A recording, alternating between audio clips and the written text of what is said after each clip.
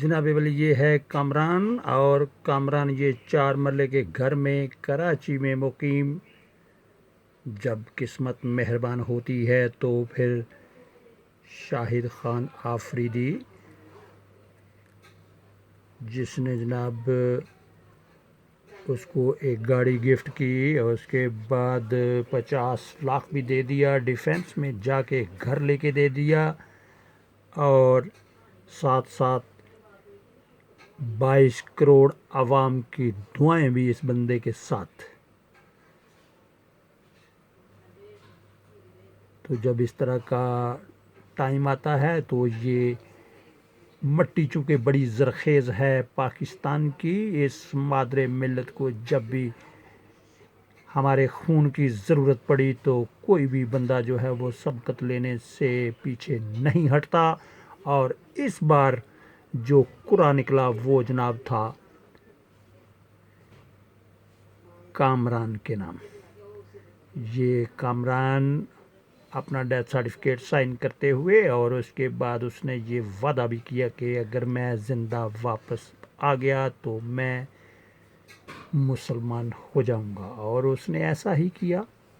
کیونکہ جب اللہ کے لیے آپ نکلتے ہیں تو اللہ مدد ضرور کرتا ہے، وہ احد کا مقام ہو یا 225 کی جنگ ہو، جو کہ انڈیا نے پھر وہی بزدلانہ طریقے سے حملہ کیا پاکستان کے اوپر، جس طرح 1965 میں کیا. اور اس نے کہا کہ یہ ہماری اسٹیٹ غلطی سے الگ ہو گئی تھی اور ہم اس کو واپس لینا چاہتے ہیں، اور صبح کا ناشتہ ہم لاہور میں کرنا چاہتے ہیں.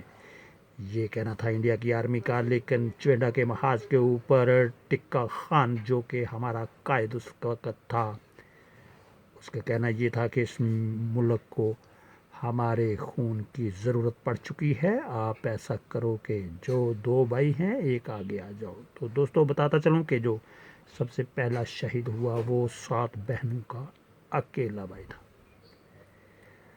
تو کہنا یہ ہے کہ اس مادر ملت کو جب بھی ضرورت پڑی ہے خون کی تو ہمارا ہر سپاہی اپنی جان کا نذرانہ پیش کرنے سے پیچھے نہیں ہٹتا. تو اس بار جناب کامران کا نام نکلا تو کامران نے بھی کوئی کسر نہیں چھوڑی اور اسی بزدل دشمن کو ناک منہ چبوائے. یہ دنیا نے دیکھا، میں صرف نہیں کہہ رہا جناب. تو اس کے ساتھ ہی ہم چاہیں گے آپ سے اجازت اگلی ویڈیو تک کے لیے. اور